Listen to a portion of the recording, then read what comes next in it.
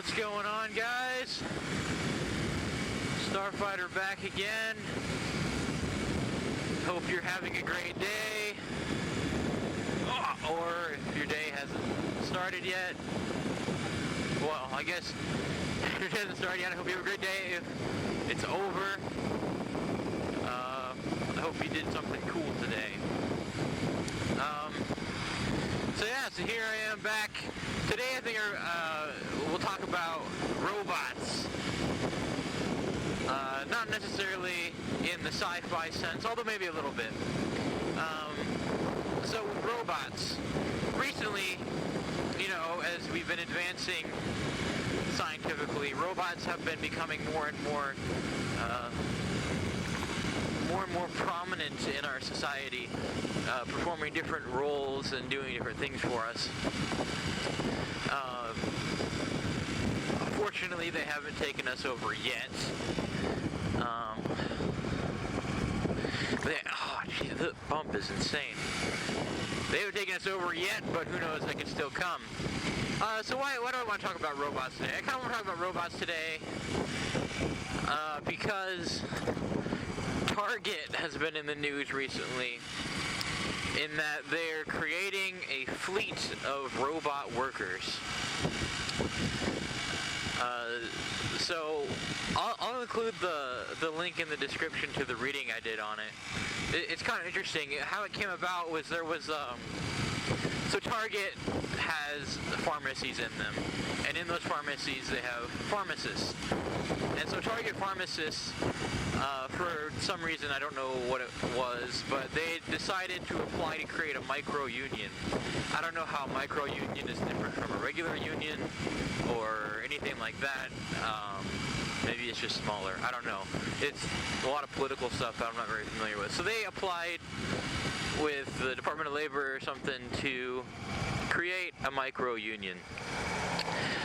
So typically when unions are created, it's because there's something going on within a company or something that a group of individuals doesn't like or doesn't want to happen, and they create the union to protect themselves from stuff like that.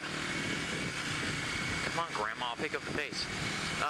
So these pharmacists applied to create a micro-union. Target heard about it, and so Target, the day after the pharmacists said that they're making a micro-union, Target announces that they're working with XYZ company to create a fleet of robot workers.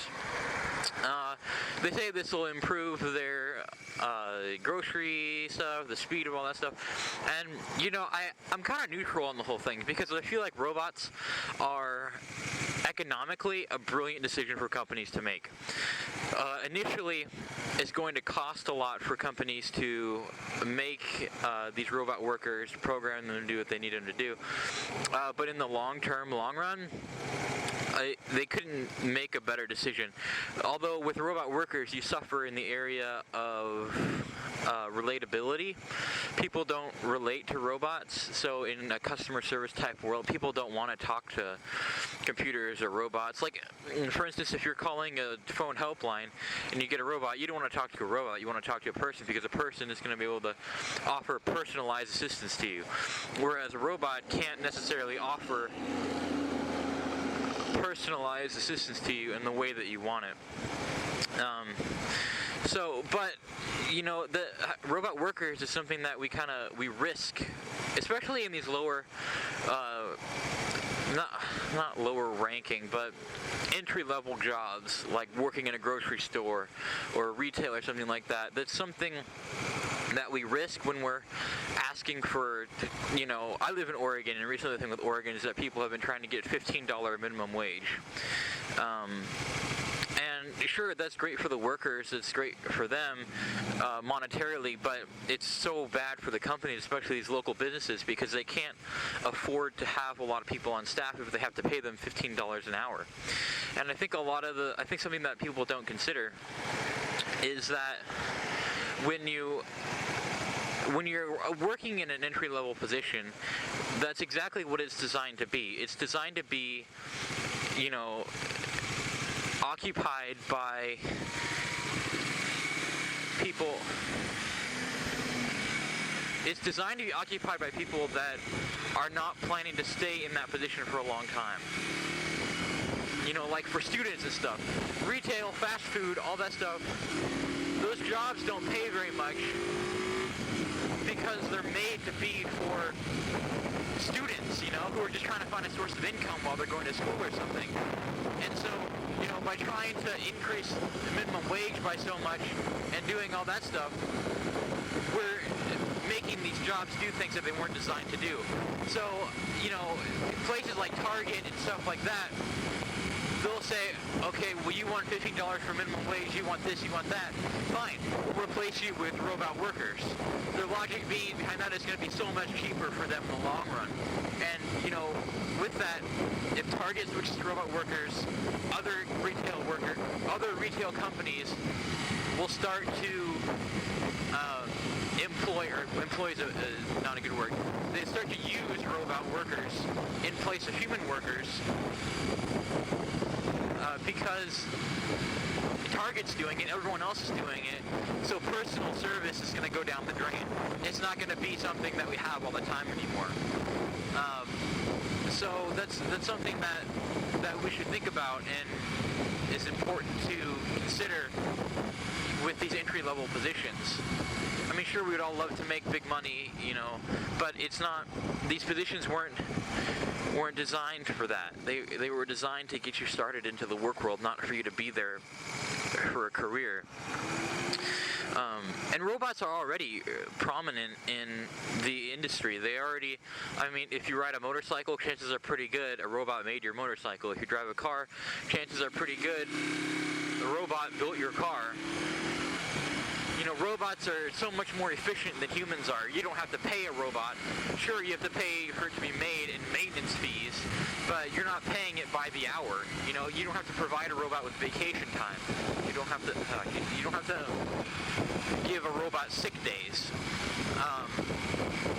It's so much more economically efficient to have robot workers than anything else. And Amazon, you know, Amazon is becoming a front runner with robotics and drones and all that stuff.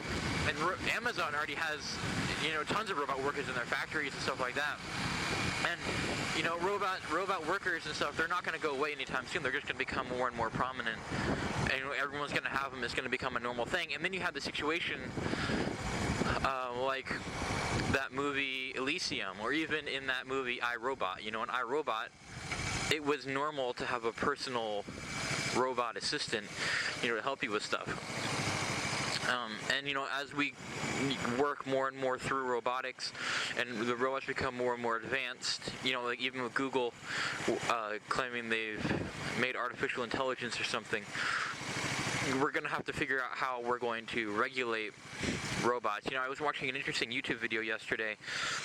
There was, I don't know what it, I think he was an attorney or something, but he was talking about if your robot is running an errand for you. You know, they go down to Starbucks and they're buying you your super duper frappuccino non-fat latte super drink, and they accidentally bump a kid into the street and the kid gets run over.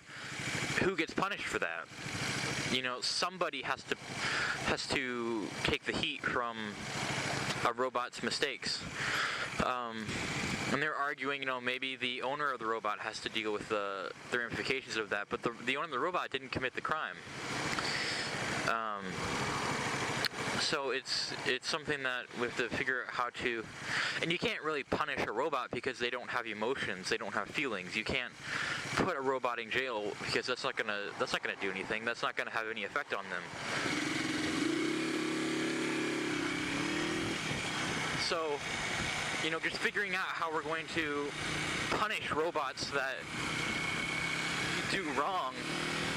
So, you know, it's, you know, robotics and being really prominent in our world today and becoming more and more prominent. We need to figure out ways on how we're going to regulate robots. It's all crazy stuff that we have to look at, you know, and it's all brand new things. The Constitution our Constitution wasn't written for the future. You know, the Constitution was written for the time period that they were in, that, you know, John Adams, George Washington, that they were all in at that time period. So there's absolutely no way that the Constitution could have been future-proofed.